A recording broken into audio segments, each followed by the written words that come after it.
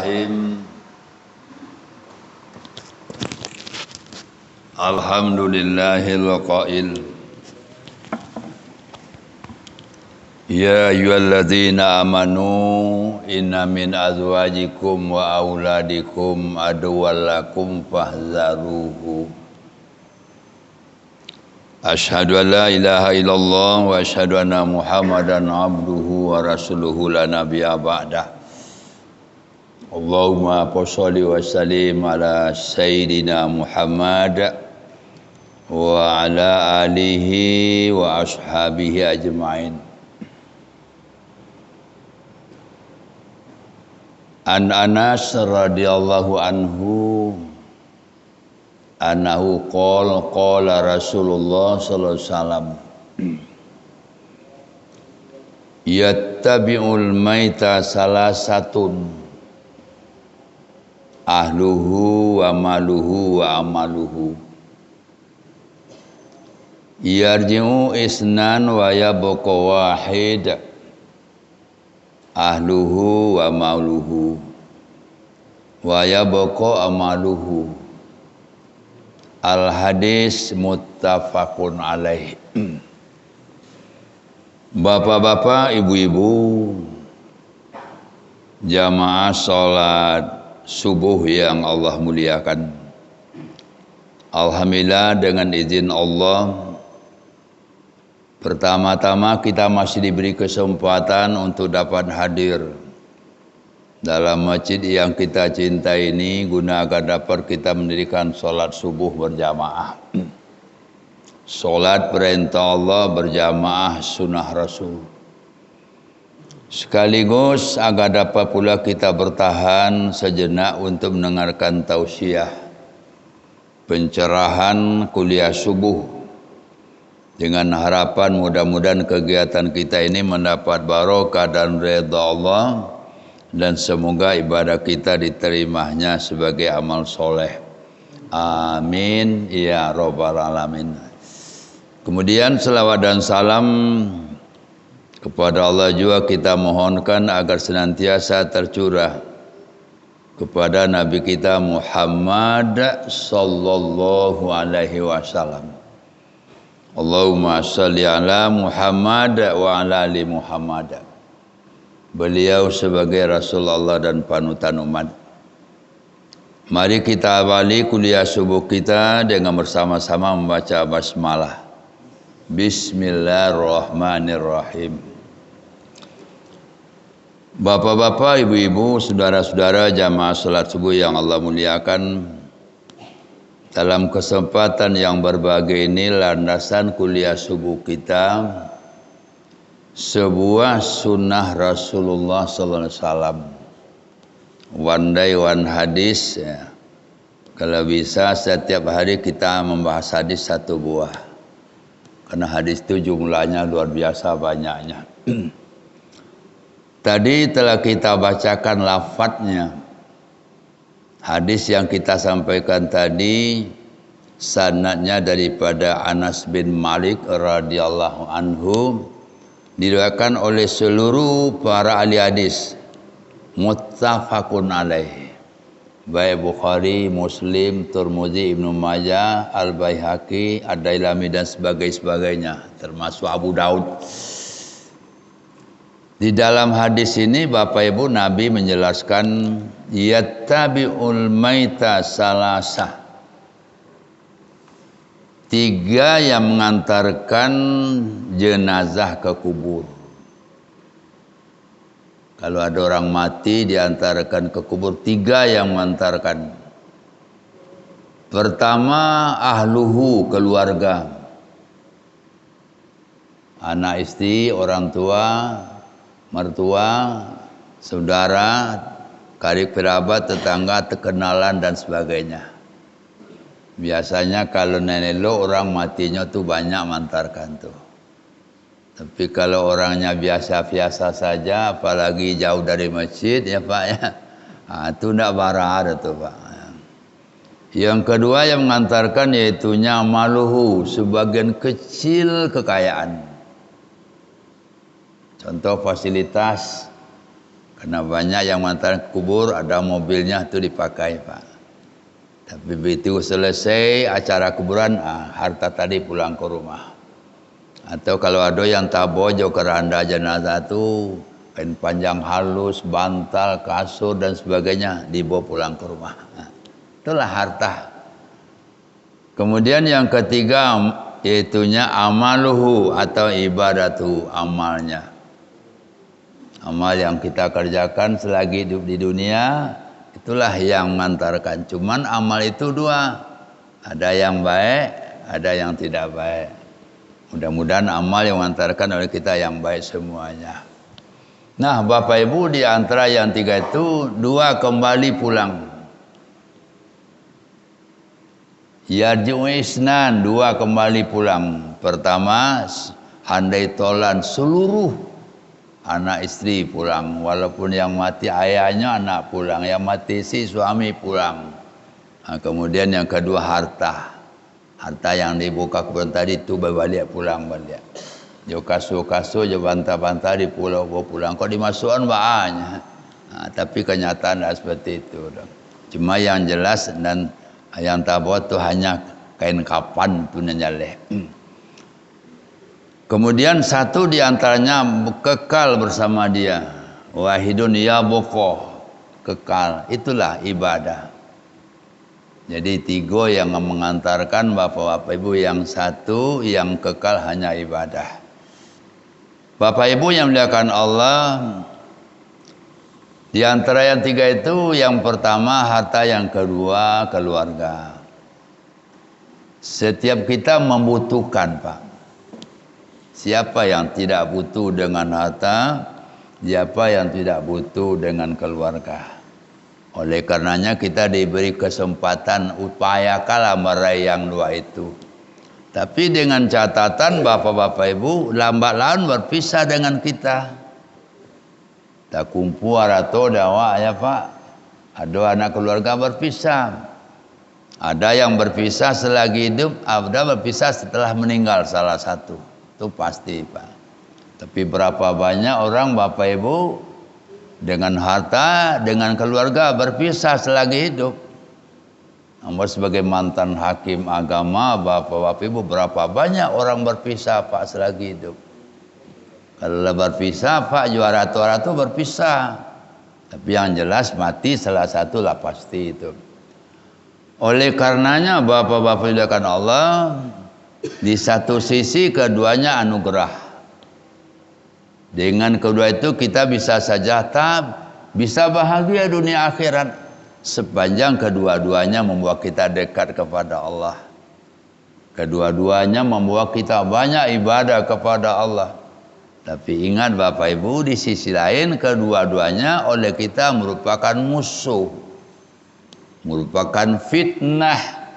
Nah, itulah ayat yang kita bacakan tadi dalam surat At-Taghabun, surat 64 ayat 14. Ya ayyuhalladzina amanu inna min azwajikum aw auladikum aduwwan lakum fahzaru. Wahai orang-orang yang beriman, sesungguhnya sebagian keluarga kamu, pasangan hidup kamu, anak-anak kamu, ya, dan harta kamu adalah musuh kamu. Musuh. Ayat berikutnya yaitunya fitnah oleh kamu. Oleh karenanya fahzaru, maka peliharalah dan hati-hatilah. Jangan harta, jangan keluarga menjadikan musuh. Kapan kedua-duanya menjadikan musuh, Bapak-Bapak, Ibu-Ibu? Apabila keduanya mengganggu kita untuk beribadah kepada Allah, menghalangi kita untuk beribadah kepada Allah, bahkan kedua-duanya membawa jauh kita dari Allah. Nah, kalau seperti itu Bapak-Bapak Ibu, keduanya oleh kita merupakan musuh sekaligus merupakan fitnah. Itulah ayat dikatakan Allah dalam surat 63 ayat 9. Ya ayyuhalladzina amanu la tulhikum amwalukum wala auladukum an dzikrillah wa may yaf'al dzalika faulaika humul khasirun. Wahai orang-orang yang beriman, harta kamu, anak-anak kamu jangan sampai membawa kamu lengah lalai dari mengingat Allah atau beribadah kepada Allah. Kalau kedua-duanya membuat kita lalai dengan lengah kepada Allah, maka rugilah kita. Bukti Bapak-bapak Ibu, sekian banyak warga yang berada di sekitar masjid, persentase yang hadir berapa? 80%, Pak. 10 hanya. 5 kali semari semalam jamaah yang hadir nak berada, Pak. Kenapa orang tidak mau hadir? Karena dipengaruhi oleh lingkungan hartanya. Nya lebih senang di rumah, lebih senang lalu di rumah, lebih senang diam di rumah, kadang-kadang pengaruh keluarga. Seyogianya hendaknya saranca-ranca rumah kita tinggalkan, kita pergi ke masjid, kunci pintu. Kalau anak kita ajak ke masjid, keluarga kita ajak ke masjid. Kalau mereka tidak mau, toh kita tetap ke masjid. Tapi itulah yang terjadi, Bapak Ibu Allah. Tidak berapa persen orang yang mau beribadah ke masjid. Pada inilah yang bakal kita bawa menghadap Allah.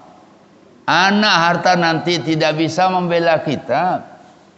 Yauma la yanfa'u malun wa la banun illa man atallaha biqalbin salim. Surat Asy-Syu'ara ayat 88 ayat 89. Harta anak tidak bermanfaat, tidak menolong, tidak membantu nanti di hari kemudian. Kecuali kalau sekarang Bapak Ibu kedua-duanya membawa kita dekat kepada Allah. Harta kita manfaatkan, kita infakkan, kita sedekahkan, baru bermanfaat. Kalau tidak, tidak. Jadi Bapak Ibu Allah, jus itu kata Nabi, yang masuk bersama dia, yang kekal bersama dia, itulah amal ibadah. Itulah yang menolong kita dalam kubur. Harta anak semuanya tinggal. Anak bedo kadang-kadang apa ibu diantarnya kini ke kuburan, Pak tu ndaknya caliak-caliak itu, Pak. Kadang-kadang apa ibu nama berkelahi kena menazako, Pak meninggal di Jakarta, di Bojo ke kampung tu. Kadang-kadang kampungnya Tasaladi di sudut gunung tu, di belakang jauh tu. Ndak pernah dicigok, ndak pernah dilihat. Bayangkan. Di samping itu Bapak Ibu, kalau kita sudah masuk ke dalam, kita tidak lagi bisa berkomunikasi dengan orang di atas. Orang di atas ada kesempatan untuk mendoakan. Yang komunikasi tidak bisa komunikasi dah, Pak. Bak ini Bu, yang menamasi dalam kubur. Lei dingin, lei lapang, lei tarang, dah ada tu. Padahal kita tahu Bapak Ibu, begitu masuk kubur, Masya Allah sempitnya. Seluas kita, gelapnya Allahu Rabbi, tidak ada cahaya, sendirian di situ sampai hari kiamat. Yoda atau ndak bunyi kok sampai di kiamat. Cuma yang menolong kita, yang menampu kita hanya ibadah, amal kita. Oleh karenanya Bapak-bapak Ibu, di dalam surat Al-Hasyr ayat 18 Allah katakan, ya ayyuhalladzina amanu wal tanzur nafsum ma qaddamat lighad wattaqullah innallaha khabirum bima ta'malun. Wahai orang-orang yang beriman, hendaklah setiap diri mengkaji ulang, mengevaluasi, memikir-mikirkan labara kira-kira bekal yang akan dibawa untuk menghadapi hari esok. Sebab kita di dunia ini hanya sebentar dan hanya satu kali, tiada duanya. Oleh karenanya Bapak-bapak Ibu, hidup yang sebentar ini jangan disia-siakan, kita manfaatkan sebaik mungkin bagaimana banyak bekal kita. Itulah ibadah, itulah amal. Banyak sedikit amal tergantung kepada kita sendiri. Iyo ndak? Pak? Oh Pak? Iyo ndak? Banyak sakete amal tergantung kawak. Nanti kita ndak bisa berbagi-bagi Pak, ndak bisa. Kalau di dunia ini memang manusianya manusia sosial berbagi. Tapi kalau di akhirat nanti enggak Pak, enggak berbagi-bagi doh. La ma kasabat wa 'alaiha maktasabat. In asantum li anfusikum wa in asatum falaha. Jika kamu berbuat baik hasilnya untuk kamu, dan jika kamu berbuat dosa dosanya untuk kamu. Jadi bapak-bapak ibu, pesan Nabi kepada kita melalui salah seorang sahabatnya bernama Abu Dzar Al-Ghafari, ya Abu Dzar wastaksiri zada fa inna safara tawil. Hai Abu Dzar, perbanyak bekalanmu karena jalan yang akan kamu tempuh sangat jauh. Berapa lamanya dalam kubur? Berapa lamanya? Lebih lama dalam kubur ketimbang di dunia kau Pak. Di dunia paling-paling 100 tahun. Tapi banyak orang 60 lah meninggal, 50 lah meninggal. Mau dalam bulan kau lebih kurang 10 orang Pak. Yang buat diri takziah apa ya. Kadang-kadang di Jakarta tunggu dulu takziah. Mau di kampung tunggunya dulu tuh. Meninggal hari Ahad, takziah Rabu menunggu mau pulang dulu Pak. Tapi Bapak milakan Allah itu sekitar 50-60. Padahal nanti kalau kembali menghadap Allah lama, awal yang tidak ada akhirnya dalam kubur sampai di kiamat. Berikut-berikutnya tidak ada yang menolong, tidak ada yang bantu kita kecuali hanya ibadah. Jadi hadis ini Bapak-bapak Ibu, karena ini pasti kita jangan terkontaminasi, terpengaruh, terdaya oleh rayuan dunia dan sebagainya. Dunia untuk kita, tapi kita bukan untuk dunia. Kalau ada harta hamilah, kalau ada anak keluar hamilah, tapi kedua-duanya jangan sampai menghalangi kita untuk beribadah kepada Allah. Alangkah bahagianya kita kalau sekiranya kedua-duanya membuat kita dekat kepada Allah. Jadi bapak-bapak bilakan Allah, inilah pesan Nabi kepada kita. Oleh karenanya perbanyak bekal. Tidak ada yang menolong, tidak ada yang bantu, tidak ada yang menyamakan kita, hanya amal ibadah kita.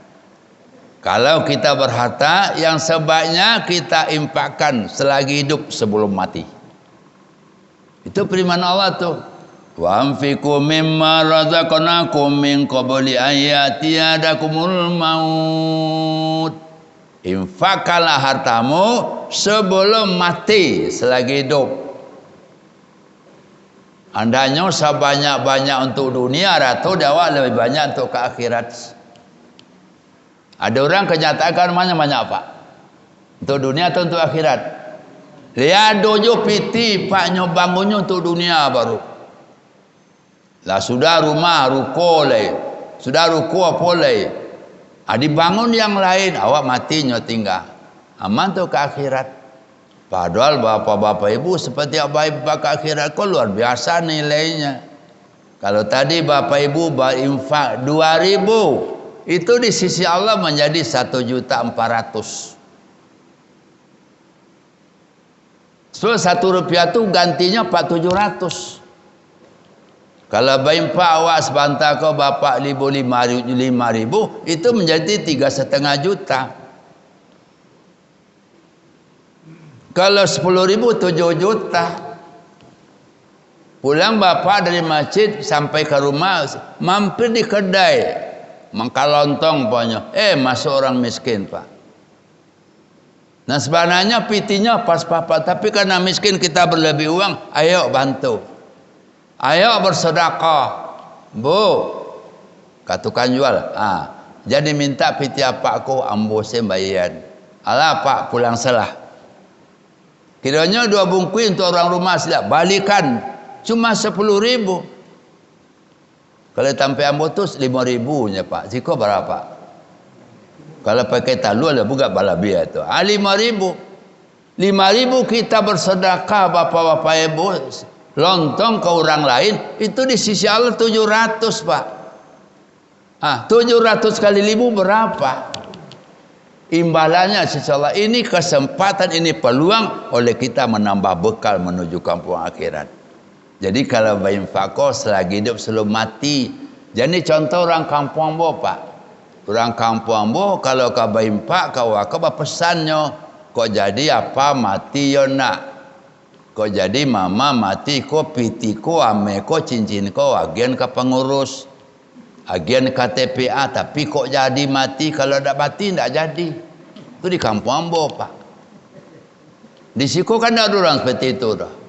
Itu sebabnya Bapak Ibu banyak orang Bapak Ibu begitu jenazah diantar ke kubur kan tak langsung dimasukkan Pak. Tak langsung dimasukkan. Ada persiapan dulu. Letaklah di atas sabantah. Dalam kesebentar-sebentar tu si arwah menangis. Fayaqula rabbi laula qartani la ajalin qarib fasaddaqa wa akum minas solihin. Ya Allah, andaikan ada kesempatan untukku untuk hidup walaupun sesaat. Kalau mati kau Pak arwah menangis. Kau hidup ambo sesaat ya Allah sebentar ya Allah. Apa permintaannya? Pertama, aku akan berwakaf. Aku akan bersedekah. Dan aku akan menjadi orang yang soleh.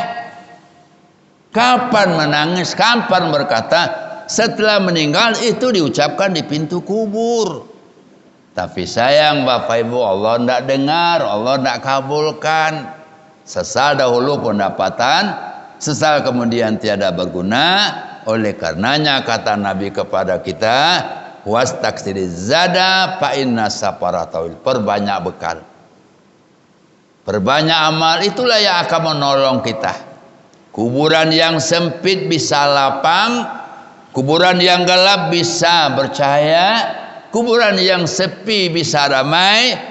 Karenanya adanya bekal kita, baik imannya, baik ilmunya, apalagi amalnya. Oleh karenanya Bapak-bapak Ibu, yang 3 itu jangan diabaikan. Iman yang kuat, ilmu yang banyak, kemudian banyak pula amal ibadah kita. Banyak peluang untuk mendengarkan ceramah, tapi berapa banyak orang yang tidak hadir. Hadir sholat, tapi ceramah belum tentu hadir. Itu Masjid Ambor Pak. Kalau untuk sholat ramai, tapi ceramah lah kurang Pak. Widi sini tidak berada. Di Siko kan penuh masjid ya. Lain penuh. Sami, mari sama-sama kita pikirkan. Jadi Bapak-bapak Ibu dimuliakan Allah, banyak orang menyesal nanti Bapak Ibu, bukan karena harta, bukan karena dunia, tapi orang menyesal karena amal. Yauma idzin yatadzakkarul insan wa anna lahu dzikra. Yaqulu ya laitani qaddamtu li hayati. Surah Al-Fajr 23-24. Dikala diperlihatkan kepada mereka nanti azab neraka jahanam, di situ banyak orang menangis. Mayoritas Pak. Orang non muslim semuanya menangis menyesal. Termasuk orang Islam yang tidak mau beramal menyesal. Yang tidak beriman menyesal. Ya laitani qaddamtu li hayati. Alangkah bahagianya aku ya Allah hari ini kalau semasa hidup di atas dunia dulu banyak amal ibadahku. Tapi apa nak dikata? Sesal dahulu pendapatan, sesal kemudian tiada berguna. Itu sebabnya Bapak Ibu, salah satu nama hari akhirat itu yaitunya Yaumun Nadama, hari penyesalan. Siapa yang menyesal? Orang yang hidupnya tidak beriman, hidupnya tidak berilmu, apalagi tidak mencari bekal atau amal ibadah. Mudah-mudahan Bapak-bapak Ibu, hadis yang satu ini bermanfaat adanya untuk kita. 3 yang mengantarkan ke kubur, 2 pulang ke rumah, harta anak. Harta itu sebagian kecil, Pak. Yang fiti di bank dah baganggu, Pak. Deposito tabanas dah. Malah di badan Pak dibuka. Ada orang sakit apa-apa ibu waktu sakaratnya, seorang menampi Pak dibukanya. Itu bertanya yang lain, mah galang ama, ndak tahu ada. Hilang saya Pak. Tujuan kalian mah cincinnya ndak tahu dohnya. Mah piti bakasuan ndak jale dohnya. Hilang Pak. Coba itu nasib kadang-kadang. Tapi amal ibadah itulah yang abadi. Ma indallahi yang fadu, ma indakum yang fadu, wa ma indallahi baqa. Apa saja yang ada di sisimu akan berakhir, tapi yang abadi itulah amal ibadah. Mudah-mudahan kuliah subuh kita bermanfaat, baik untuk ambo, biar untuk kita bersama-sama. Mumpung ada kesempatan, mumpung masih hidup, mari kita perbanyak bekal. Kalau tadi Bapak Ibu oleh kita hadis, one day one hadis, tapi kalau Quran adanya one day one juz, tapi akan lebih baik one day one two. Wah, 2 juz. 1 hari 2 juz, 1 hari 2 juz. Kalau 1 hari 2 juz Bapak Ibu dan sebulan kita khatam 2 kali Al-Quran. Kamu walaupun sibuk apa-apa Ibu mundar mandir pada Jakarta ya, tapi yang tetap diupayakan one day one juz. One day sekurang-kurangnya akan lebih baik one day 2 juz, 1 hari 2 juz. Jadi mudah-mudahan Bapak Ibu mari kita perbanyak bekal, itulah yang abadi bersama kita. Subhanakallahumma wa bihamdika asyhadu an la ilaha illa anta astaghfiruka wa atubu ilaik. Alhamdulillahirabbil alamin. Wassalamualaikum warahmatullahi wabarakatuh.